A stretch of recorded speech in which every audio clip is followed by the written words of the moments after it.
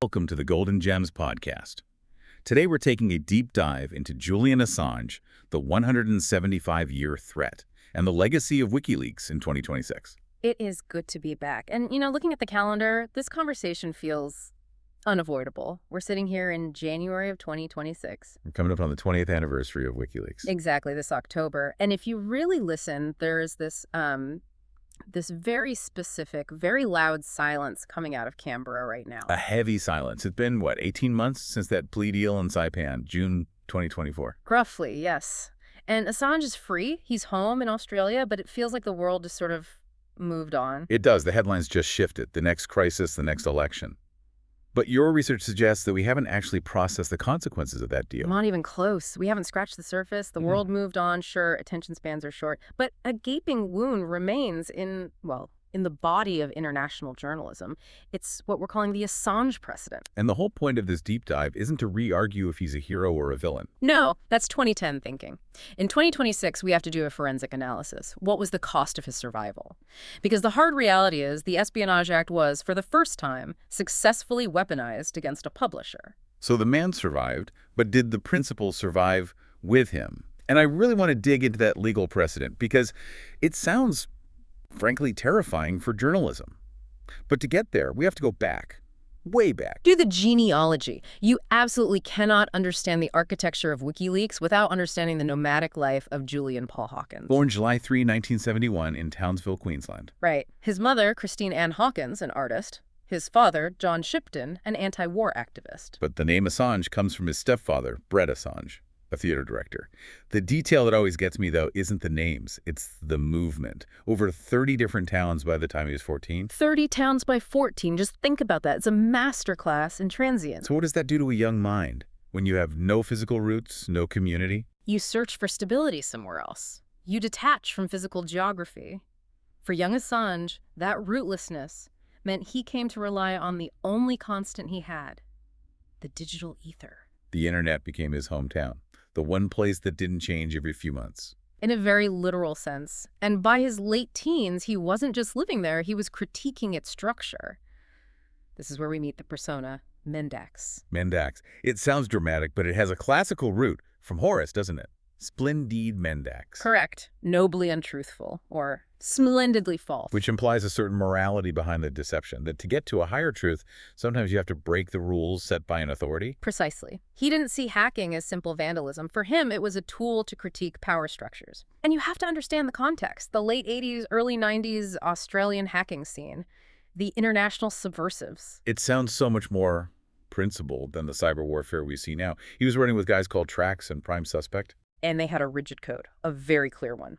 Rule 1, do not damage the systems. 2, do not steal for profit. And 3, a crucial one, do not expose the personal data of ordinary people.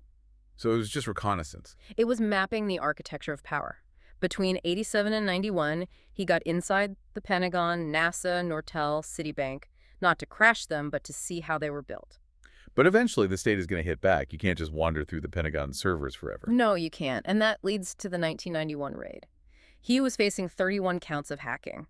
The case dragged on for years, until 1996. But he didn't go to prison, did he? He got off pretty lightly. He did. He pleaded guilty to 25 charges, but the sentence was just a fine of 2,100 Australian dollars. The judge even mentioned his intellectual curiosity.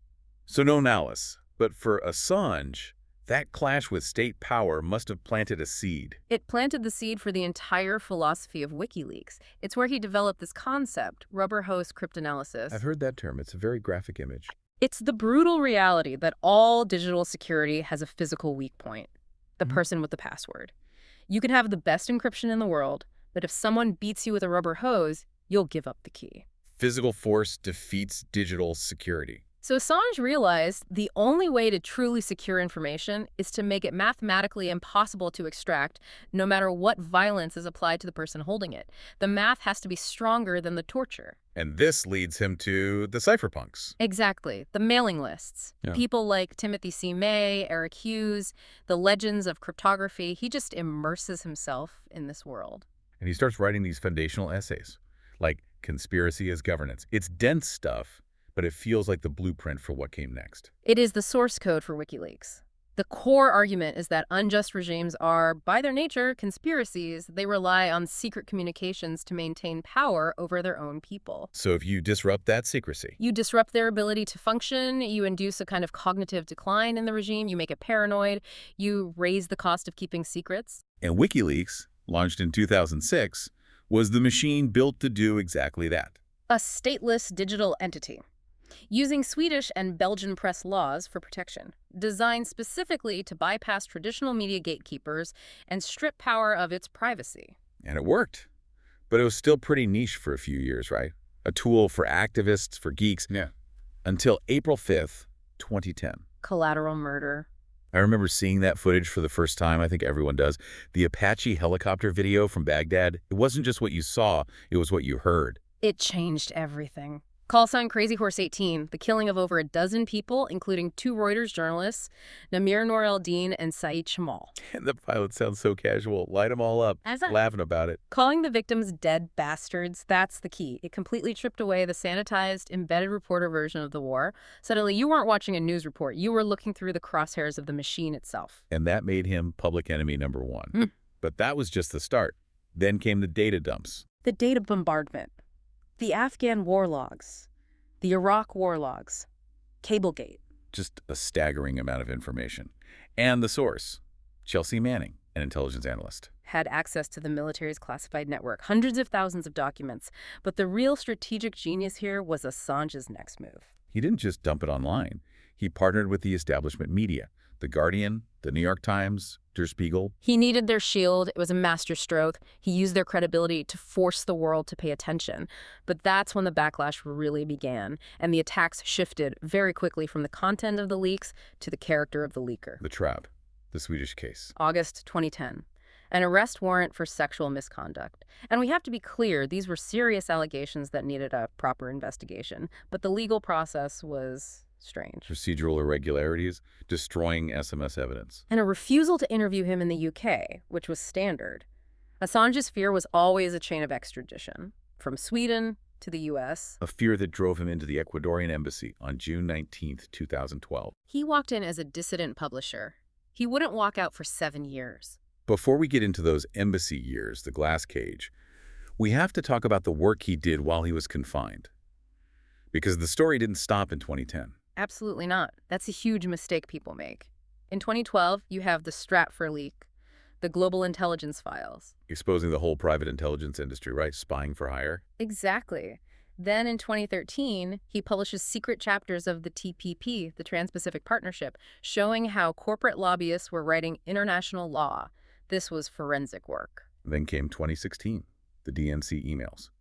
This is where it got really complicated for a lot of his supporters. This is where his methodology hit the brick wall of American hyperpartisanship, releasing emails that showed the DNC was biased against Bernie Sanders. And just like that, the narrative flips. He goes from the hero of the anti-war left to a Russian asset. Devastating. But we have to look at the technical truth, the DKIM cryptographic signatures on those emails. Can you break that down? Why does a DKIM signature matter so much? Think of it like a digital wax seal. It's a key attached to an email that proves it came from a specific server and hasn't been tampered with. So the emails were authentic. Mathematically proven to be authentic. So whatever you think about the source, whether it was a hack or an internal leak, the documents themselves were real. WikiLeaks maintained a perfect authentication record. But the source narrative just drowned everything else out. It did. And if 2016 cost him his liberal support, 2017 was the point of no return with the intelligence community. Vault 7. The Rubicon. The biggest leak of CIA documents ever. I remember reading about Weeping Angel. A tool to turn Samsung smart TVs into bugs, even when they're off. But it was much worse than that. They could bypass Signal and WhatsApp encryption by hacking the phone's operating system itself. So they grab the message before it's encrypted. End-to-end encryption doesn't matter if they own the endpoint. And it gets worse. A program called Umbrage let the CIA mask their own hacks to look like they came from foreign actors. So they could hack someone and blame Russia or China for it. That just destroys the entire concept of attribution. It creates a hall of mirrors. The response was immediate. CIA Director Mike Pompeo declared WikiLeaks a non-state hostile intelligence service. That wasn't just talk. It was a legal move to strip them of First Amendment protections. And that paved the way for what was happening inside the embassy, the Panopticon. It was a trap, not a sanctuary. The security firm UC Global was spying on him for the CIA. We're talking about recording his meetings with lawyers, with doctors. Total surveillance. I read there were plans to poison or kidnap him. There were. It was glass cage. His legal privilege was systematically destroyed. How can you possibly mount a defense when your opponent is listening to every word you say to your lawyers? And he was just physically falling apart. And then, April 2019, the eviction. President Lenin Moreno revokes his asylum. We all saw that image of him, bearded, frail, being dragged out, holding a book by Gore Vidal. Right into HMP Belmarsh. Britain's Guantanamo. The UN Special Rapporteur on Torture, Nils Meltzer, visited him and called his treatment psychological torture, the cumulative effect of years of this. And the extradition hearings were a theater of injustice. Painful to watch. He's in a glass box. He can barely communicate with his lawyers. At times, he couldn't even remember his own name.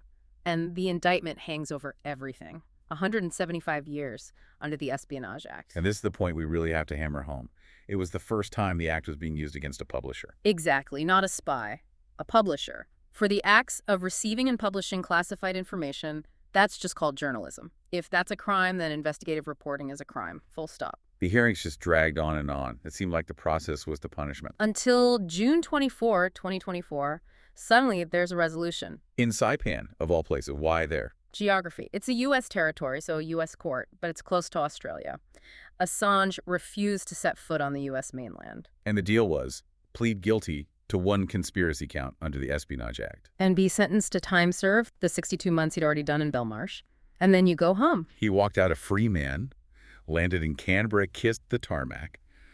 A human victory, for sure. But what was the legal price? And this brings us right back to the Assange precedent. The U.S. government got what it wanted. They got a guilty plea. They successfully criminalized news gathering. They established that the Espionage Act can apply to a publisher. And the most dangerous part, there is no public interest defense under that act. What does it mean exactly? It means you can't go to court and argue that you broke the law in order to expose a greater crime, like a war crime. The law doesn't care why you published the secret. It only cares that you did. So the weapon is now loaded, and it's just sitting there waiting for the next administration to use against any reporter who publishes classified material. That's it. The legal vault is now locked. It gives the government a clear path to prosecute, regardless of intent or public good. So here we are, 2026. The open, borderless internet that Assange and the Cypherpunks dreamed of. It feels like a fantasy now. We live in the splinternet. We do. It's balkanized, surveilled, controlled. But, and this is the paradox, the vault is still there. The documents... They can't be unseen. You can't unread the Iraq war logs. You can't unknow what was in those diplomatic cables. WikiLeaks created a permanent, searchable historical record of an empire's actions. That legacy is fixed. The plea deal didn't erase the archive. And Assange himself is silent now. Recovering. As this is right. After 14 years without sunlight, silence is a form of recovery. But the systems of secrecy he fought, they've adapted. They're stronger than ever. It's a very heavy thought. The man is free, but the principle he fought for is compromised. And that's the question I think you have to sit with.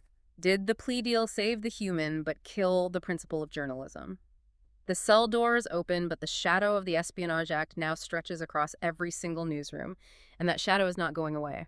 A sobering thought to leave us with. Thank you for listening to the Golden Gems podcast. We'll be back next time with another deep dive. Until then, keep exploring, keep listening, and keep celebrating the power of uncompromising voices.